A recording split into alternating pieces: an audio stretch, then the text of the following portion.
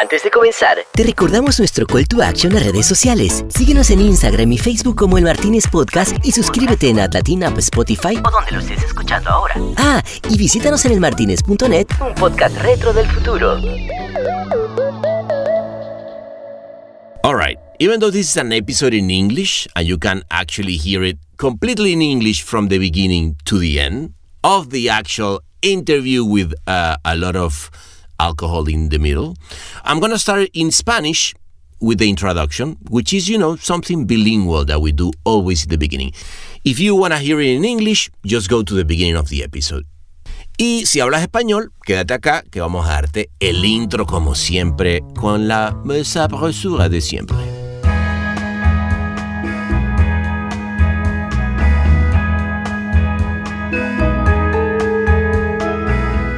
Esa vez viene con un poco de acento francés. Comenzaba la noche para recibir a un tipo que ha sido, desde hace no muchos años, alguien que ha revolucionado la industria creativa desde su lugar. No, espérate, porque esto ya se me convirtió en algo complicado. Mira, ¿sabes qué? Que nos lo cuente Marley mejor.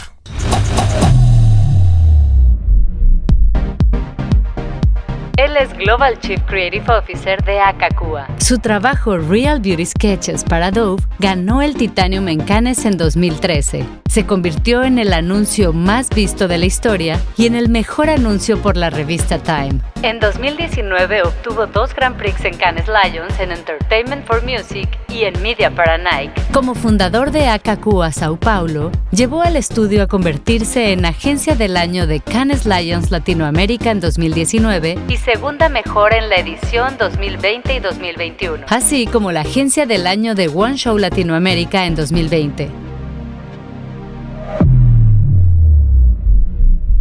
Bueno, entonces tenía el placerzote de recibir a un tipo con esta cabezota que convirtió la oficina de Sao Paulo de AKQA en algo brutal. Así que empezamos hablando justamente de eso, de cómo fue que comenzó todo, aquí mismo en Cannes, cuando en 2013 su carrera dio un vuelco brutal. Porque no solamente ganó con Dove Sketches un montón de premios, sino que además representó a Brasil en Young Creatives.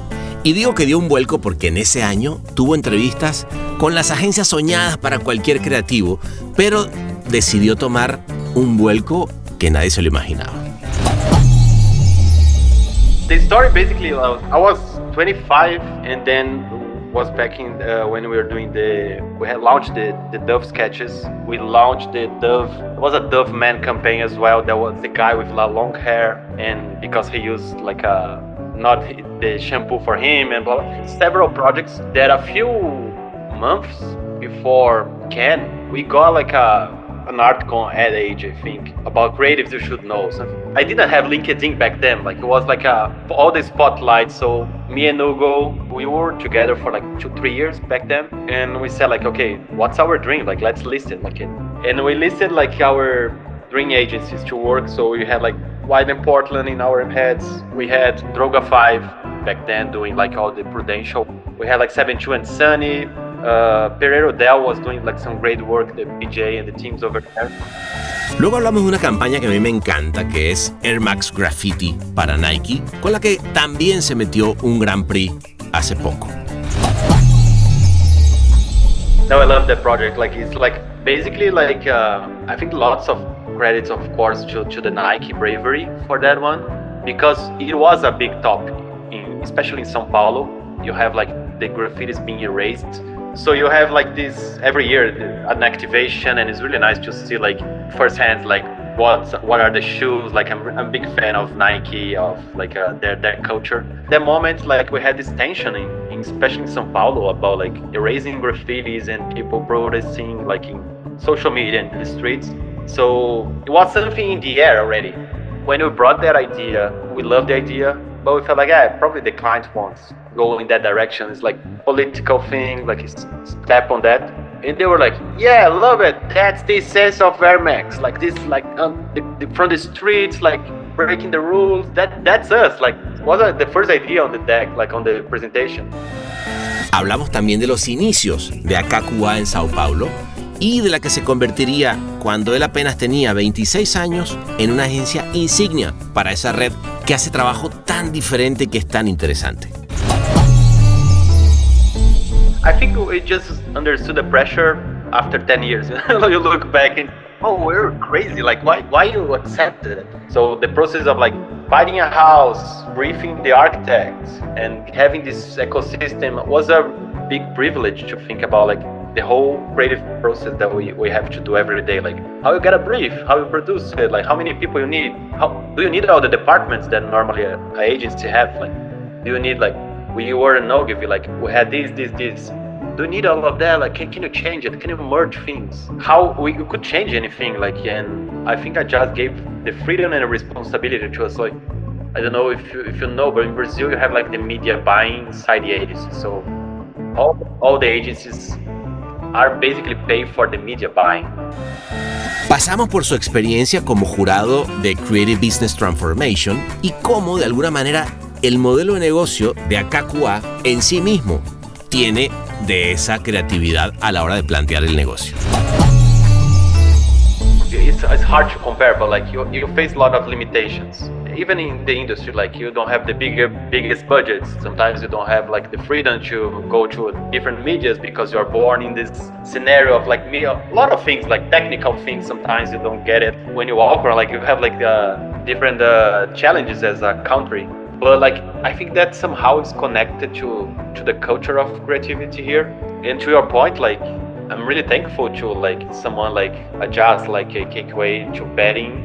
Okay, like we can have like a global role. Why you need to sit in a specific area? Sometimes it's even better to not be in the most expected places. Y me contó en su papel global de lo interesante que es poder encontrarse con gente de todas partes del mundo, tan diversos backgrounds en su carrera. Y cómo al final del día son ese tipo de cosas las que terminan llenándote la pasión y el corazón en lo que hacemos. Yeah, I think we need to be flexible and smart as like as an industry to go towards where creativity is going, like, and take the brands there, like, and build from there. If you ask, like, if you walk around here, you're gonna see the briefs. Like, you probably won't say, like, if you ask for is that advertising agency? I don't think so, because like you have like a activation for Nike, like a musician launching an album, like an event for another brand, like a collab between two other brands.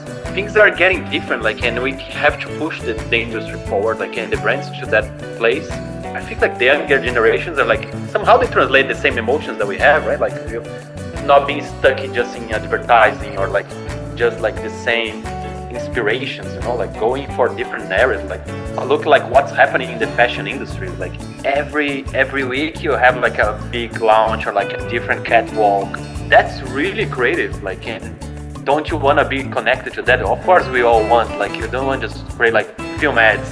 Like, it's a combination of both. I like what this generation is bringing to.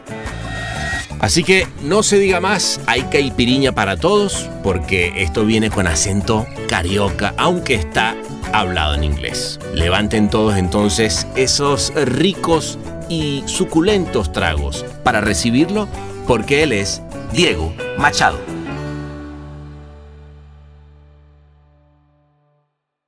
Well, dear Diego, what a pleasure to have you here and go to El Martínez to have a drink. Ole Martínez, what do you think? Should we go? Let's go to Martínez, have a drink. Okay. You're in São Paulo, I'm in LA. Let's go right now to Cannes. Let's go. Go.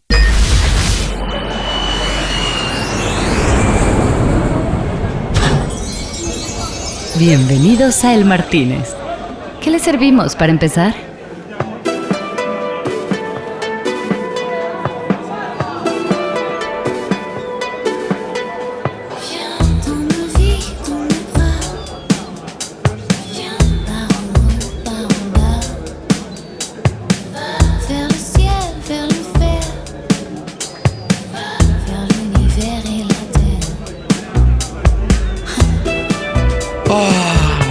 Look at you. you. Now you Beautiful. now you look beautiful. Look at this. Oh my God, it's sunny. How many times you've been celebrating here? Not cold like in Sao Paulo. No. So I don't remember how São Paulo. It's I've been four times in Canada. I think Four times. Yeah. 4 times. I thought you may be more. Like after so many awards here. Yeah, they don't like me there. Me neither. Except here. But what are you going to drink? What do you want to drink? Rosé, of course. Like Rosé, okay. Yes, right. François, s'il vous plaît. Le big bottle de rosé. Yeah. We're gonna ask for the big one. You know, the one that goes from the. All right. Yeah, the big one. For sure. Oui, monsieur. Okay, merci. You pay, right? I pay, no problem. All in my account. So let's drink more. Let's have another one. Let's have. Bring some food. Exactly. Bring me everything. Bring me some croque monsieur. Please Amigo. do. Oh, here. This is fast. Oh, here's your Yeah. glass. Oh, thank Come you. on. Cheers. All right. Nice. Cheers. Diego, okay. So when you came in 2013, you were young, creative. Was that your first time here? Yeah, I'm still young, no? Maybe I'm still young. I'm still young, right? No, you are not me. You are anymore. Exactly. But yes, like I was Young Lions for Brazil. I think they changed a little bit the contest right now. But I was competing in the film category. Yeah. And was an intense year because it was the same year we had like several projects for Ogilvy São Paulo back then. And Ogilvy was the agency of the year, so we had like the Dove sketches was also like a big one. Beautiful year for the creative, especially for you guys, like Dove sketches with a titanium. Yes. That was like a huge. Was it your first time here in 2013 or? I went there like in 2012 because Ogilvy had something like if you win a gold, you could fly. So I got a gold for Claro letters. It was like some posters with the letters. How was it? Can you describe it to me? I don't think I remember that. Basically, it was like a few posters about like don't text and drive. Oh yeah. And you could see like it was playing with perspective, so you could see the letter A, but it becomes like the road hitting like an animal in front of you, or like they have like the S, T. I tried all the letters, but the only ones I could work on like S and T. But yeah, so I went in 2012. Was the very first time because of this project, and then in 2013 I went for the whole week because I was Young Lions like competing, and also we had the Dove, so we know it was a big contender. And of course, we had like so many job interviews during the week. Of course. And so, I must imagine. I think. I mean, you were lucky that you were in the Young Lions, but the only thing is that being in the film part of it, you had to work in the week at the end and show that at the end, right? It was horrible. I was exhausted, really, because like it was like working for the Young Lions. Doing job interviews, and then you have to party, of course, like we are doing really great. Okay, that's the thing. How would you party when you have all those things going on? Oh my God, I remember having interviews with like people that I'm a big fan of them, and meeting them like 8 a.m., 9 a.m. in Cannes. Also have time zone, so I was like 5 hours ahead of Brazil. Yeah. And it was really tough to sit down with like the guys from Leiden or Droga or whatever, trying to talk and try to to act as a good professional. But anyway, it was good. But how was like if you think about it, you come in 2012, and I like that the fact that when you are thinking about that goal that you won was like, that was for Claro. Yes, getting old, man. I don't know. No, but what I'm thinking is like after so many words that comes to your mind. But so my question is, because it happens, right? Like when you go to Cannes, that must be like a pivotal moment in your career. Like for you guys, you were in Ogilvy doing an amazing work there, but then you moved to AKQA That came from there. Was that like the pivotal moment in your career, would you say? For sure, yeah. How much time do you have? I'm gonna tell we have a whole bottle of rosé. Okay. bring more wine. Bring more, because this is getting hot. This is getting hot. Yeah. No, just kidding. But like the story, basically, I was 25, and then was back in when we were doing we had launched the Dove sketches. We launched the Dove. It was a Dove Man campaign as well. There was the guy with long hair, and because he used like not the shampoo for him and blah. Beautiful. Several projects. That a few months before Cannes, we got like an article on Ad Age, I think, about creatives you should know. So,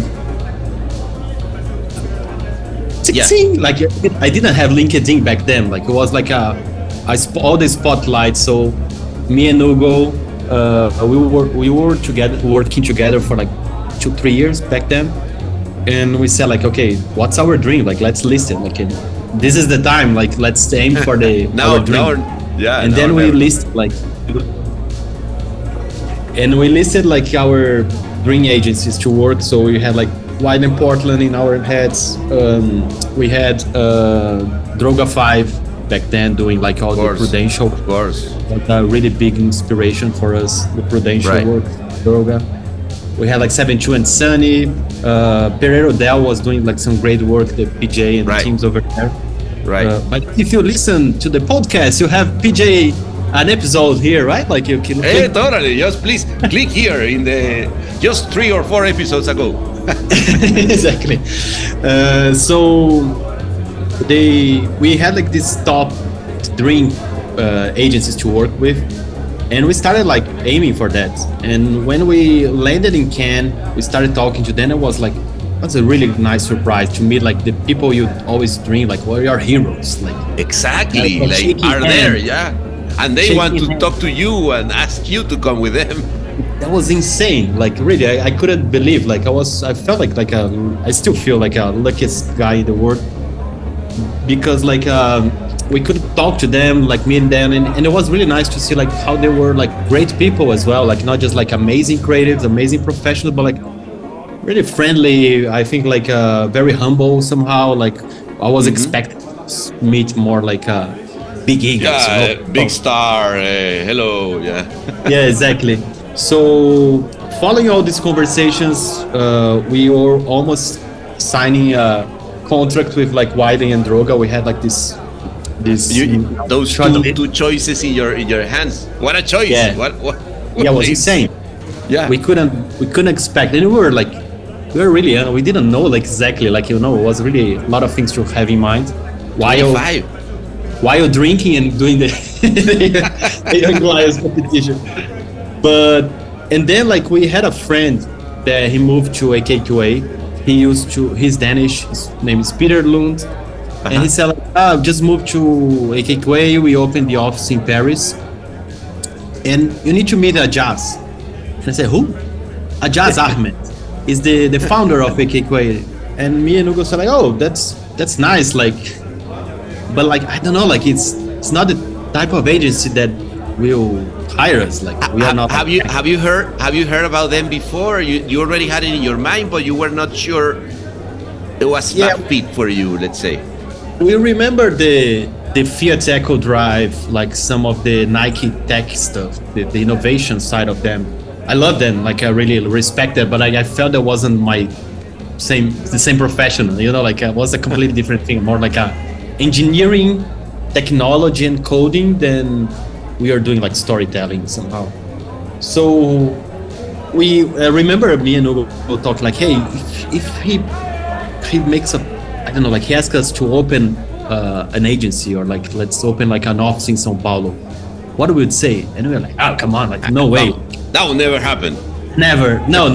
Even if he say like, we will say no, because like it's like, you know, like it's business. It's like pitching, like, you know, checking spreadsheets and numbers. Like we don't want that. Like I want to open my Photoshop, not the Excel. Exactly. So Peter said like, oh, he wants to have lunch with you both. I said, oh, okay, that's good, because like it's not cheap to have lunch. Yeah, exactly. It's always, you cannot refuse Never. launching here, with the euros. No, exactly. Free lunch here next door, right? Yeah. So we went to meet him, and it was insane. Like, it was amazing conversation. Like, of course, like the Click. work. Yeah, There was a click over there. but mainly about like his personal style. He was really humble, really human, really like think about like people, how you establish like a creative environment, less than about the business or the work, the final work. It Interesting. was always about like having the right people in the right place, the right environment. The great work will come, and we were like, oh, this guy is like kind of like a guru, like a Dalai Lama of the of the industry. Interesting. And he said like, oh, recently I watched a Radiohead documentary, and they have like a similar story that you guys have. Like, they launched like a big song that became a master hit. It was The Creep, and they were really afraid to become like the one hit band, and so they had a lot of pressure on their backs to record the next album. So they went to a house. They rent a house in the countryside of London, England, and they lived there. They were living there for a few weeks, months. They have like a chef, the cooking for them. They have lunch. They have dinner together. They were composing and recording in a very like organic way. Okay. And so like, why don't you try this in our industry? Like, why no one is doing that? Like, we are creatives. Radiohead, they have their brief, they have their deadlines. They have a client like the music label. They have the target, their fans, like. So why don't you use the same formula and buy a house, and you can live there, like you can invite clients to be there. What?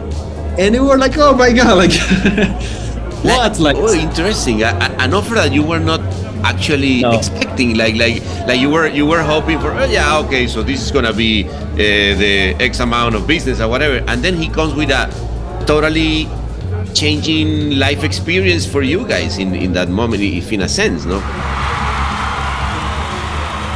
Solo para desconocedores. El Martínez. Completely unexpected, because I think what it really took us was like this. He wasn't checking the final result, even in terms of business, or even like, oh, how can we create a new Grand Prix for Canada? Right. It was like about like the environment, like where is a place that you're gonna be happy, the clients will be happy, and the result will be like you just come. Like, so that was a really nice perspective he brought to, I think, to the creative industry in general. Like, it was like a really interesting thinking. And as creatives, like we all come from different areas. Like, some like to draw, some like to play music, to paint or whatever. And when you think a place that you can be free, or like have the flexibility to try these creative skills, like just make you more creative. So it was a really nice conversation. Basically, like we said, like, oh, we cannot refuse. Let's try it. One day we will fail. Like, one day we will break. Like, maybe after a year we will have to close the door. But like, let's try it. And then that's how we met Jazz, AKQA. Yes, no, wait. Cheers, Jose, for that moment. Yeah. That's a beautiful one. Come on.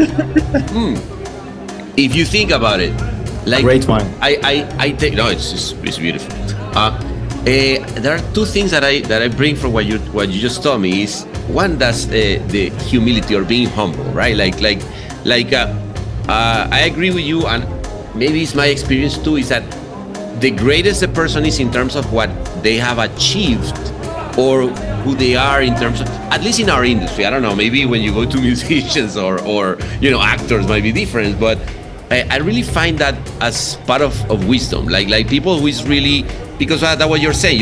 When you refer to him, it's like a Dalai Lama, somebody who's really elevated in terms of what the industry needs for a team. In this case, young person who was just rising in his career needs to actually rise, because after that Now you are, global global chief officer, and everything sounds very big. But at that moment, when you talk about the genesis, that's what you needed to hear, right?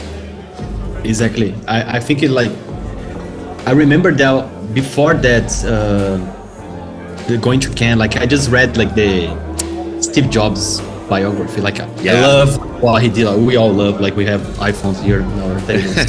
Yeah, totally. But you can get his human side is very tough, and I was, in my mind, I thought okay, you can be a good person until some stage, and then, or you change your way of doing, or the system will gonna take you.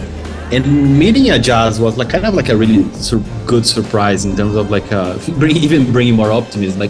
There's a really humble CEO and founder, very thinking, really down to earth, really think about people well-being, happiness, being more creative, and not just being tough and those leaders very hard on the teams.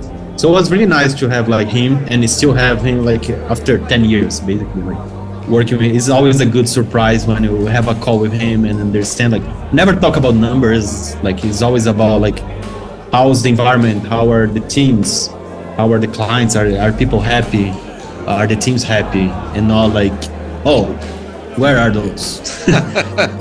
Well, that's a very different business model of what you were used to, because actually we were with Martin Sorrell, and I was asking him about how WPP with his model. I tried to go deeper in that. We didn't go that deeper, but they changed a lot of how the industry in Cannes Lion used to behave, right? Because how the pressure on the teams, and you referred to that before, how when you have a creative team or a creative agency doing parallel work to win awards, or just finding this, you have to be the next Grand Prix winner, and then you have to do this, and then you have that in your shoulders always. But that's what you're saying is different in terms of okay, let's have a team that is motivated, doing great work, and also then later things will come,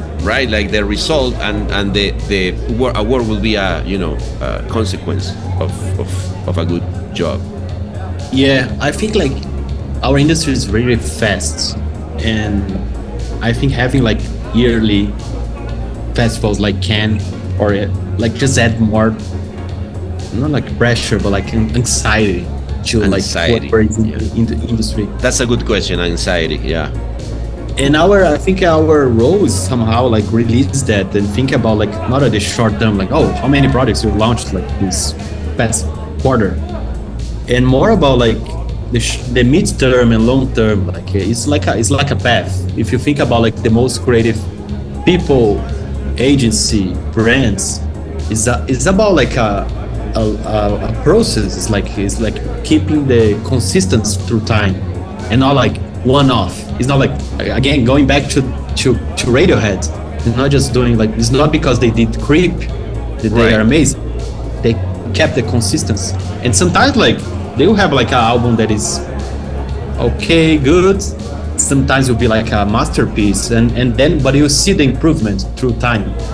And I think as humans, as creatives, there's agencies, there's clients. I think when you have this mindset of mid-term, long-term, I think you make just a better work.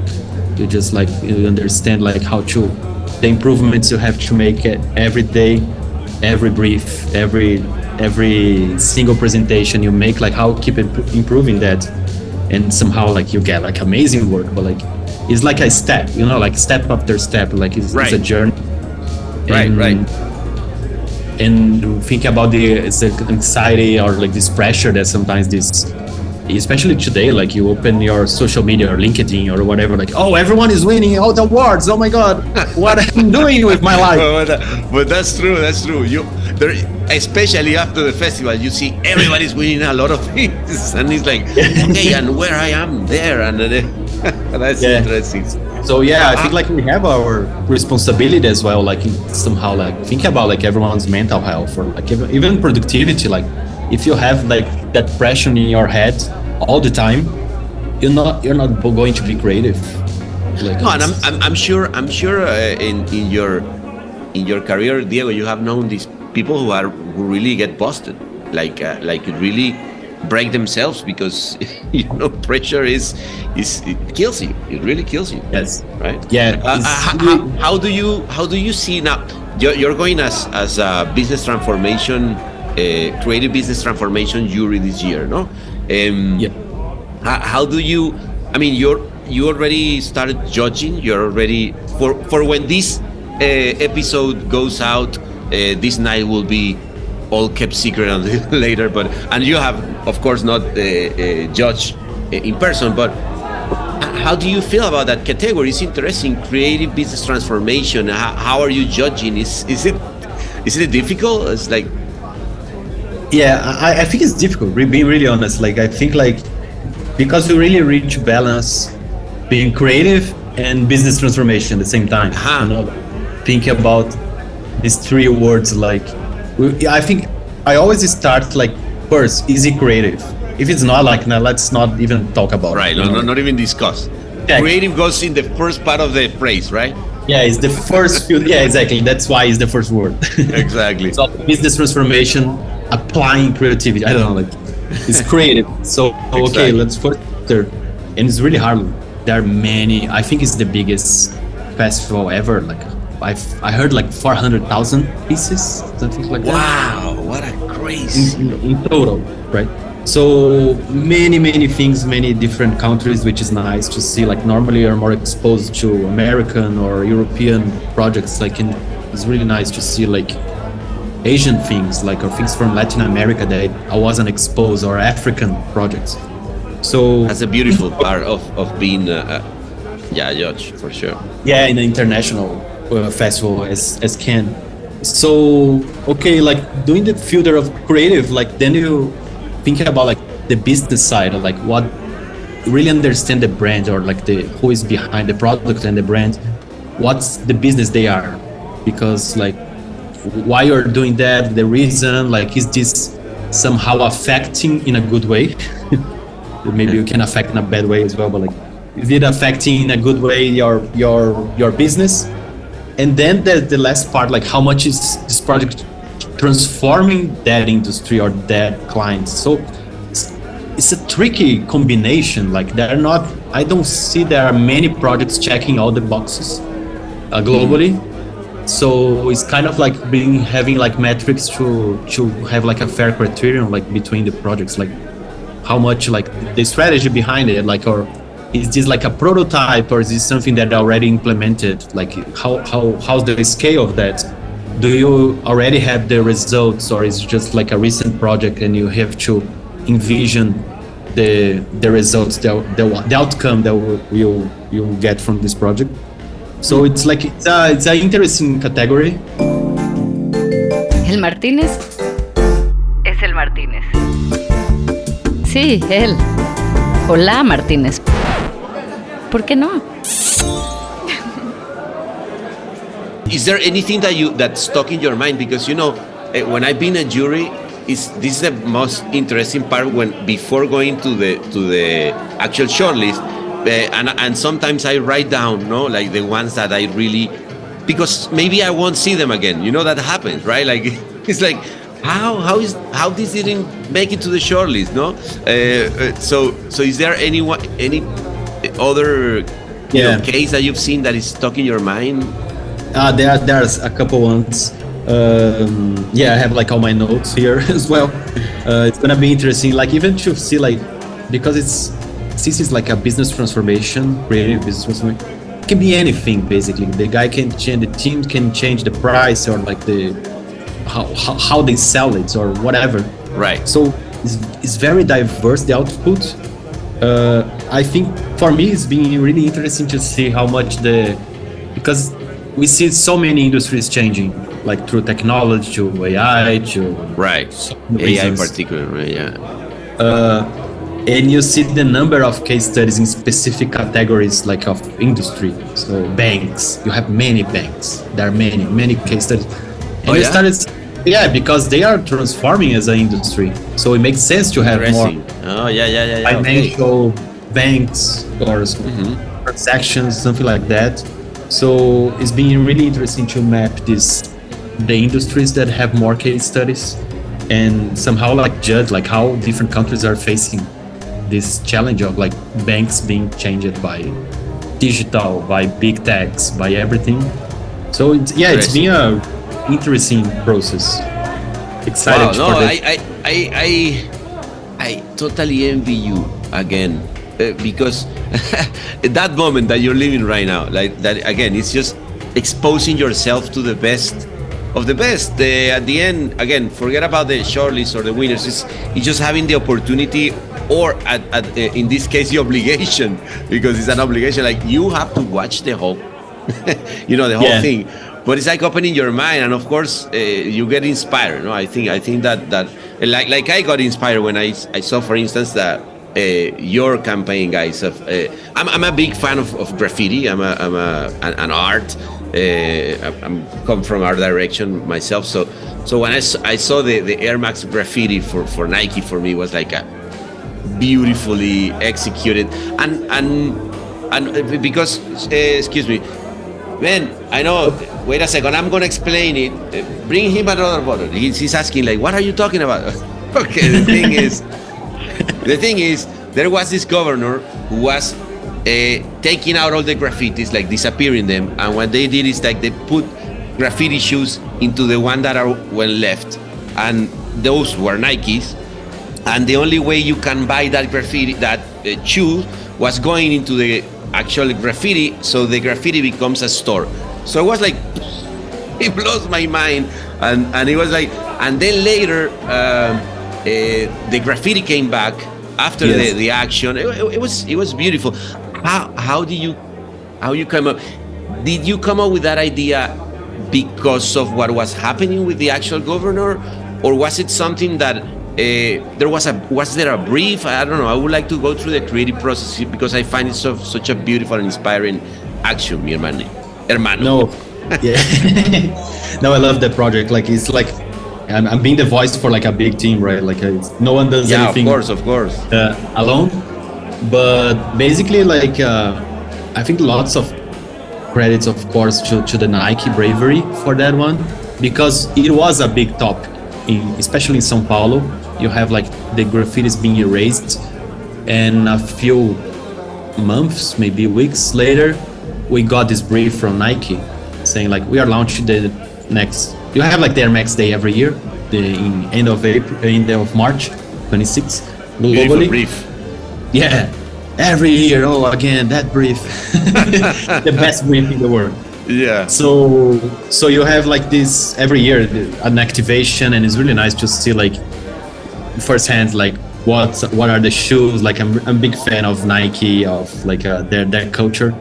So it's really nice to be exposed to like the creative process, like what they are doing in this every year. So in that moment, like we had this tension in especially São Paulo about like erasing graffitis and people protesting like in social media and the streets. So it was something in the air already. In the air, come on, like in the air. Oh, come on, like yeah. But what's something like we were all living, and when we brought that idea, of course, like we love the idea, but we felt like probably the client wants go in that direction. It's like political thing, like it's tricky to step on that. And they were like, yeah, love it. That's the sense of Air Max, like this, like from the streets, like breaking the rules. That's us. Like was the first idea on the deck, like on the presentation. Oh, it was the first. It was the one that you believe in, of course. It was very first meeting. I even checked like internal check-ins. Like was probably one of the first ideas we discussed. Like wasn't that? And I think like we've been in this industry for some time, and is about like doing more and more and more and more. Right. And the times you look back and say like, oh, the ideas were like the very first one that we had. Like, so we try again, like trying to remove the anxiety and the pressure that our industry have. Sometimes the first idea is the best one, and but we tend to I don't know, kill the first idea, right? It's I don't know why. It's like, come on, that's easy. That was the first idea, and you always say like, come on, that's first idea. Well, but sometimes first idea is great idea, right? Like this, I agree. Yeah. So there was one of the first ideas. I don't remember it was exactly the very first one, but like anyway. So the client, they love it. And through the process was really challenging because in São Paulo you had this law that is called Clean City, that you cannot have brands in the street. There are just like a few billboards in São Paulo, like some bus shelter, not all of them, and a few. Now that you say, you're right. I didn't figure that out. You're right. You don't have like a Piccadilly circle, something like that. Right. Which is nice, I think. Like not many pollution, no. So you have that challenge, like doing São Paulo, but like you cannot have like a billboard or like something official. So, and that's the creative process. Like it's not just the creative department that have ideas, right? So the producer had an idea, checking all the law, and saw that if we do a partnership between Nike and the Insta Graffiti, which is like a kind of like a graffiti collective here, no? Yeah, they could do this partnership and do the graffitis. So that was this creative idea that made the other creative idea, the hole in the matrix, to actually make it possible. Exactly. And again, like really brave clients that really. Well, did you see the movie Air, by the way? Yeah, I love it. You know, like when you see that kind of innovation, speaking about creative digital creative business transformation, it's all about how do you really have the guts to actually do it, you know? To just do it. It makes sense. It makes sense. Anyway, this sounds like a podcast. I swear we didn't get paid by anybody at Nike. So again, I just want to go back a little bit to that moment when you are 26 and you have a responsibility of opening an agency. You know, I mean, of course, it's good that you already have someone that was supporting you, but at the end, you are opening your shop in a country like Brazil, in a city like São Paulo. It's not something that I mean. It's easy to say. I think it will be easier if you ask me. Like if I'm in your shoes, it would be easier to go maybe Drogafy, right? Or White and Kennedy, or trying to do it there. But this was, again, even though it sounds like a Radiohead dream and you have the house so you can do it, also the pressure is still there, right? Un bar inclausurable. El Martínez. I think we just understood the pressure after 10 years. You look back and we're crazy. Like why you accepted it? But was the best experience. Really, it was really fun process. Like I don't think we ever took it really serious. Somehow, like of course we took the brief serious, but like not just thinking, we need to pay the bills and It was just like a very focus on the work and the teams that we were working together. So the process of like finding a house, briefing the architects, and having this ecosystem was a big privilege to think about, like the whole creative process that we have to do every day. Like how you get a brief, how you produce it, like how many people you need, how do you need all the departments that normally an agency have? Like do you need, like we were in Ogilvy, like we had this, do you need all of that? Like can you change it? Can you merge things? So that process and you be creative in the business, no? At the end, that's what you're saying is how we could change anything. Like, and I think I just gave the freedom and the responsibility to us. Like, I don't know if you know, but in Brazil you have like the media buying inside the agency. So all the agencies are basically paid for the media buying, not for still 17%, no? Yeah.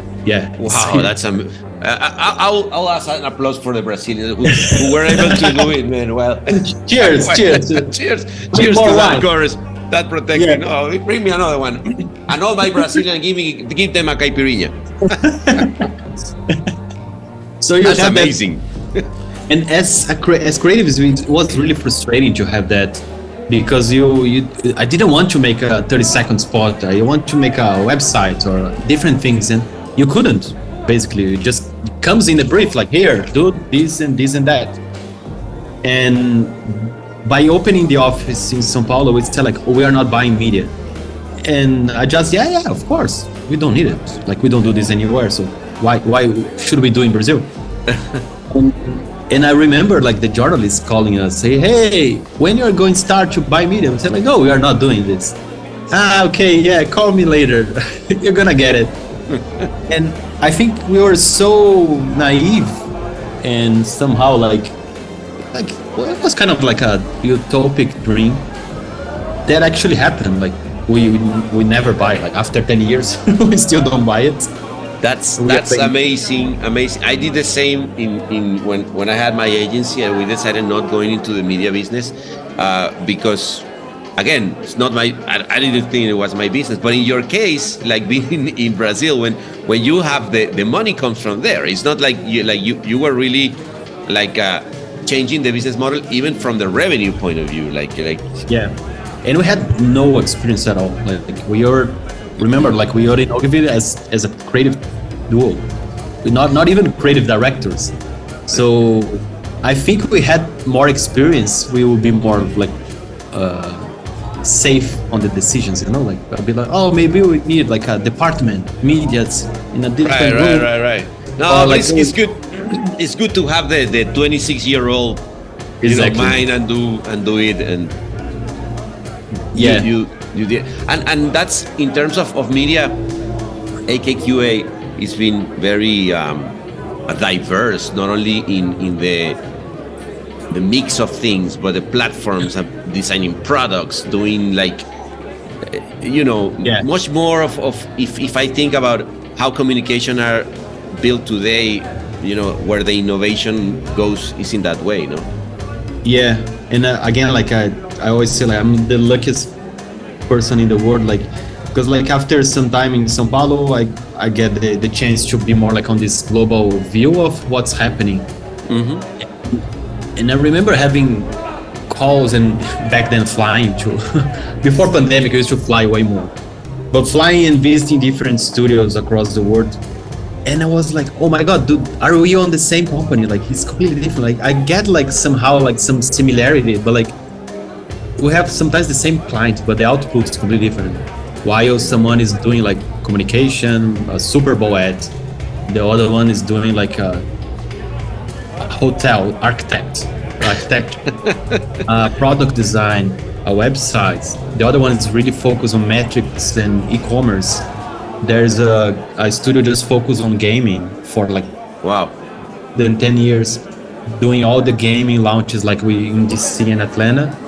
They launched like all the big games that you can list, and they were actually doing the games like with the clients, not just like communication or like some specific things, like going the actual UX of the game, or like designing everything, every single piece of that.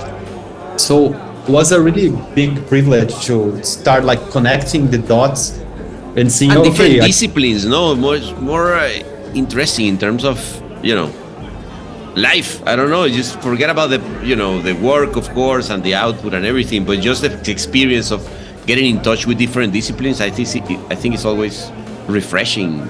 Exactly. And every day I feel that I don't know anything, but you jump on a call and there's an architect and he's talking about like, I don't know, like the material that are gonna be the construction, how it will be more sustainable. Or you jump to another one is like a AI developer that knows everything about the future of machine learning and all those stuff, and the other one is like a VR designer thinking about like 3D. So I think somehow like you get back to when you are young and you somehow connect with creativity and like, I like architecture, I like designing, I like music, illustration. what am I going to be like when I grow up, you know? Claro. Like, today we're living this moment that we can somehow cross multiple disciplines, and being AKQA is like a huge privilege. Like it's like being in school. Like you can call like the different classes and meet the different teams.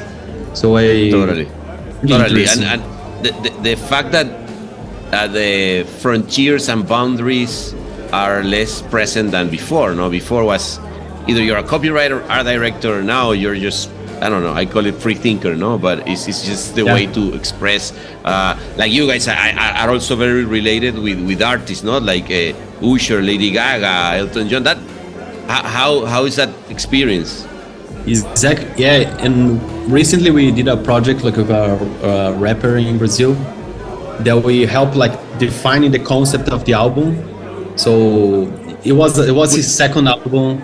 Which rapper? It's called A Baby Bikila, and the album is called Icarus. So it's like the myth, the Greek myth. We have like having this concept about like, because the lyrics were about like how they're famous and how you get like richer and more famous, like because it's a second album after you can get lost and being born as Icarus, the Greek myth. Okay. So the lyrics were about it, like, so we landed on this concept about like the Neo Icarus and how you have to find a balance and to not fly up and then ring. Exactly. Interesting.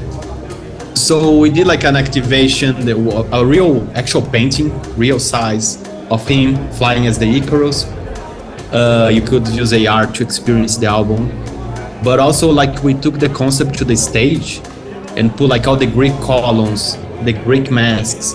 So as you said, like what do you do? Like you are a director, you are a copywriter, like I don't know, like you're designing the stage, the name of the album, a whole experience, holistic, of bringing the concept of the artist to life in different platforms, and which at the end Diego is building a beautiful experience to the audience, no? Which is something that you can celebrate, no?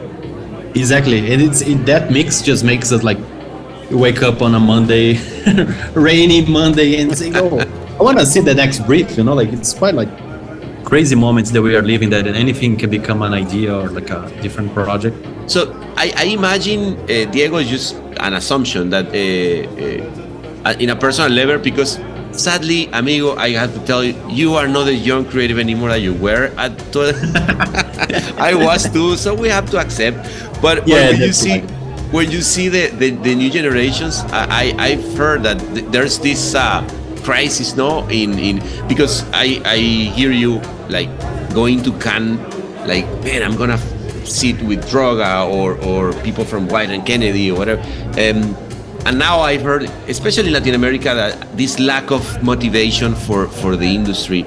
But I think that you might not have that issue if you are thinking about a scenario, right? Like not the banner ad that we have to buy and how we do with the AI to make 1,000 words for someone to get pushed into the feed, no?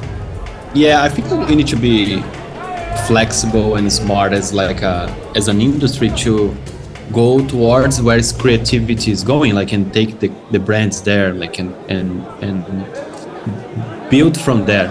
So if you ask, like, if you walk around here, no, like we are in France, right? If you all exactly over there, like in AKQA's office, really far away. Really far away. You're gonna see the briefs, like, you probably won't say, like, if you ask for is that an advertising agency? I don't think so, because like you have like a activation for Nike, like a musician launching an album, like an event for another brand, like a collab between two other brands. So things are getting different, like, and we have to push the industry forward, like, and the brands to that place.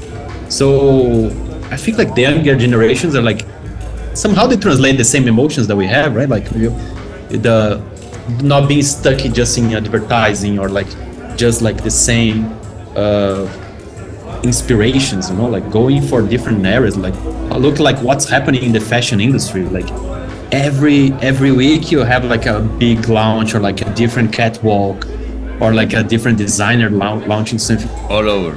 That's really creative. Like, and don't you want to be connected to that? Of course we all want, like, you don't want just to create like film ads, like it's a combination of both. So I like what this generation is bringing to. Esto es El Martínez.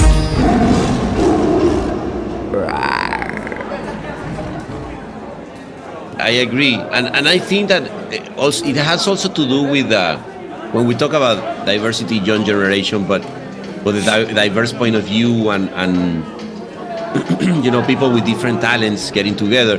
In your case, guys, the fact that you decided to stay in Sao Paulo, like if you think like a global chief creative officer of any should be, I don't know, based on London or whatever, the headquarters is in this case looks like a little bit more decentralized.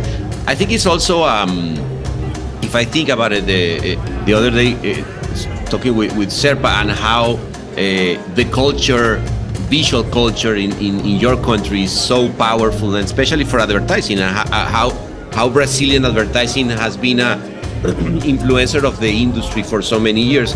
I think that was a good thing for you guys, right? Yeah, I think like being exposed somehow. If you're in Brazil, you were born in Brazil, it's hard to compare, but like you face a lot of limitations, like as even in the industry, like you don't have the biggest budgets. Sometimes you don't have like the freedom to go to different medias because you're born in this scenario of like me, a lot of things, like technical things. Sometimes you don't get it, and even like when you walk around, like you have like different challenges as a country. But like I think that somehow it's connected to the culture of creativity here. And to your point, like I'm really thankful to like someone like adjust like AKQA to betting on this. Like, okay, like we can have like a global role. Why you need to sit in a specific area? Sometimes it's even better to not be in the most expected places. I remember when we won a pitch for the very first global brand campaign for Netflix, the one Story Away. And I remember when we won the pitch, one of the key topics that the clients brought, that why we are winning that pitch, was because as a global company, they didn't want to have like everyone sitting in LA or everyone sitting in New York. Interesting. You know, like it's like I want a global campaign for a global brand, so I want people sitting in Mexico, in South Africa, in Australia, in Brazil. So, well, I thought it was really interesting. Like, and for me, like I'm based in São Paulo. I wasn't thinking like that, and they brought that. They were in US and brought that perspective. Very interesting. So, the perspective, and I really believe, Diego, that's the future. Like really decentralized creative places doing, you know, because again that's the richness of when the cultures come together and people with diversity comes to a place like and that would be like a question, Diego, is how where are you taking your inspiration? Because now you're being global, you're in touch with people from all over the world, which is a blessing if you think about it in terms of creatively thinking, but also you have that local. But how is your creative process with your team and everybody to bring that, but also having the flavor local one? Yeah, I think it's like a balance always, like, and I don't know, like always trying and making mistakes in the process. Like, so I think like really trying to make bridges is like the key thing. I think like someone said like when you're doing your job right, it's because you're bringing someone no one else can do in what you're doing. And I think like having the opportunity to fly from one studio to the other, one culture to the other, makes you able to make connections that maybe other people wouldn't think. So, this project with that one, this person, this client. The dots. Yeah. So that's really interesting. That's really inspiring to do every day. And I think like where you're talking about like the different industries and going for other places, like think about like forget that we are in Cannes and the Ed Festival. I cannot forget with this rosé, amigo. I'm sorry. Oh, it's really. Let's have more wine to forget. Exactly. Give me more. More wine, please. But think about like the most creative things you've seen the past 10 years.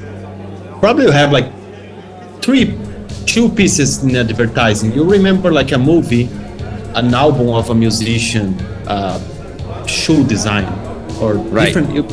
So I feel like we need to be in those places and add our value to those areas as well. So I think like I'm always trying to jump from different areas. During pandemic, I started like doing 3 months courses, like with things that I had like a kind of like a bucket list. Like, I want to play drums. Okay, let me try. Okay. So I started like doing, and I understood that the first class, and I did like many different ones, like drums, tennis, horse riding, like piano. That's everything. Great. Yes. What was there those things that you always wanted to do and decided, or just became? Yeah, as a person, what you're frustrated. I don't know how to play drums. Okay, take a note. Like notes. I like that. I like that attitude. And then I understood that the first class is really nice because like, oh, is it impossible? Like, how will be able to play drums, or like how will be able to ride this horse, or whatever. The second class you get, I can do it. The third one is like, I'm doing that. Like, I'm great. I can be like the best one. After like the end of the second month, it's kind of like when it's getting harder again, because you understand. So that's when you leave, and then it's okay.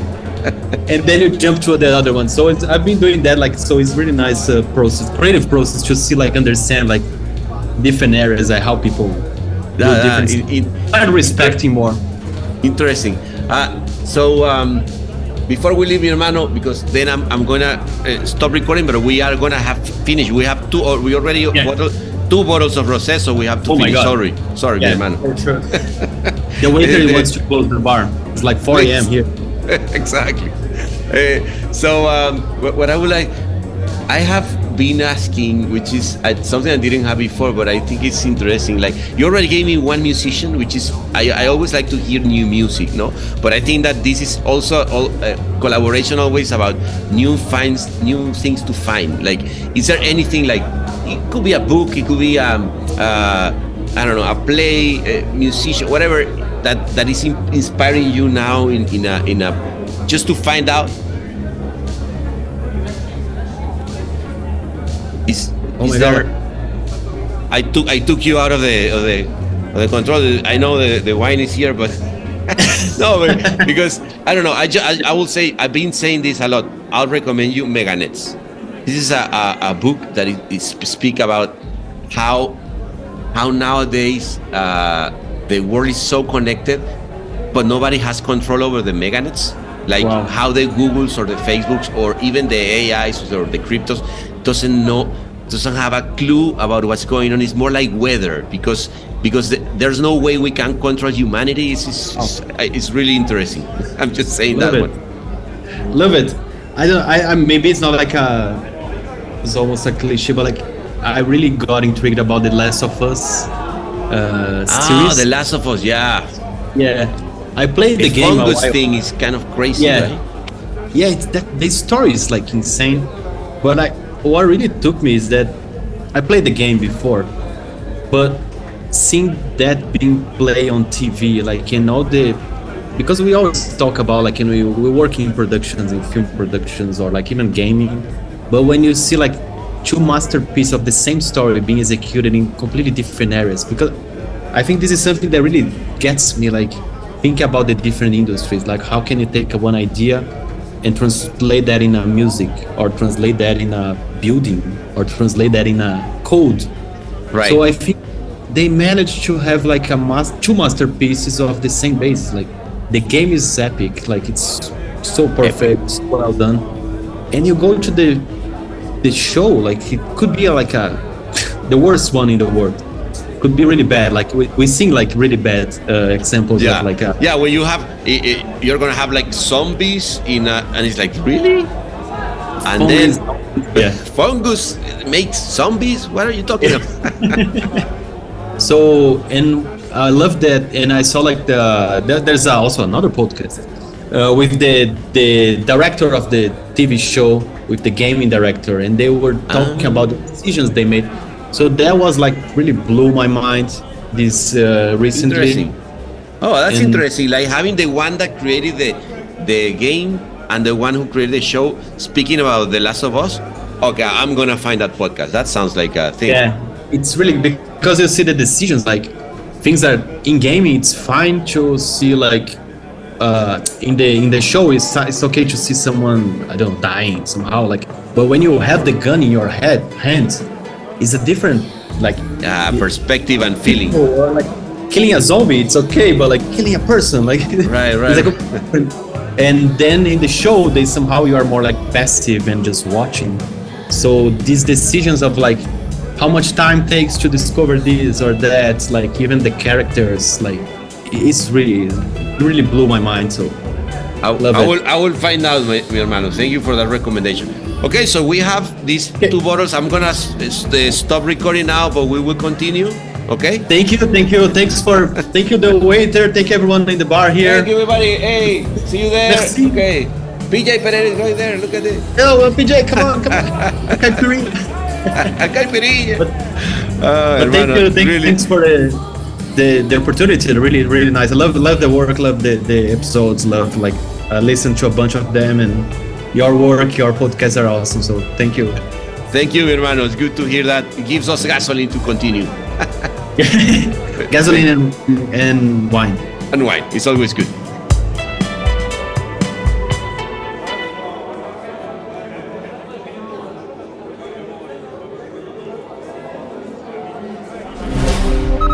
Todos los derechos reservados y todos los torcidos depravados. El Martínez.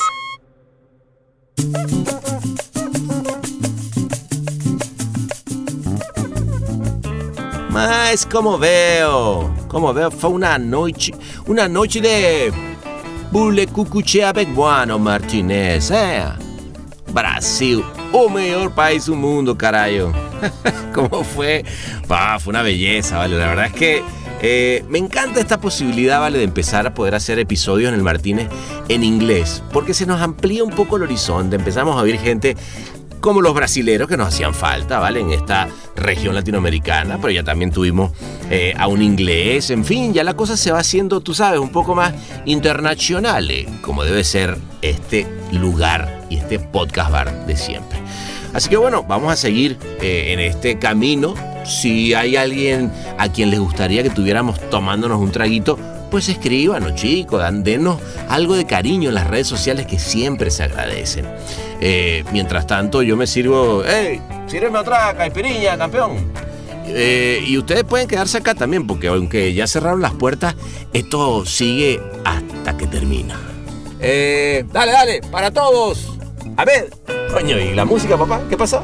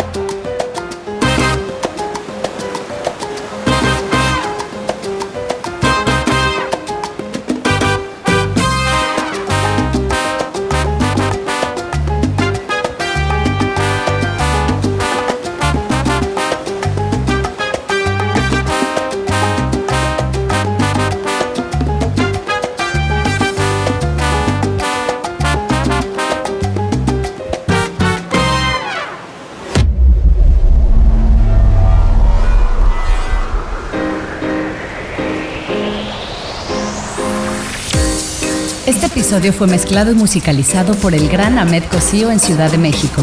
Locución de la voz, Marley Figueroa desde LA. Investigación y booking, Natalia Visione desde Buenos Aires. Escrito por Sebastian Arrechedera. Dirección de arte y redacción, Ángela Forti desde Madrid. Una producción colaborativa de Rainbow Lobster. El Martínez, un podcast bar improvisadamente meticuloso.